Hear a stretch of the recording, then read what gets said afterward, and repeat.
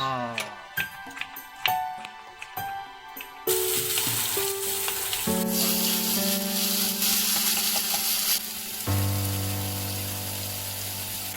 अब हम डाल रहे हैं चौसा का पाउडर।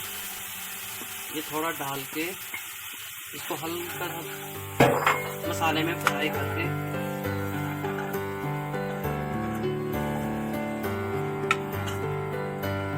फिर हम इसमें डाल देंगे गरम पानी। अब इसको हिलाते रहेंगे।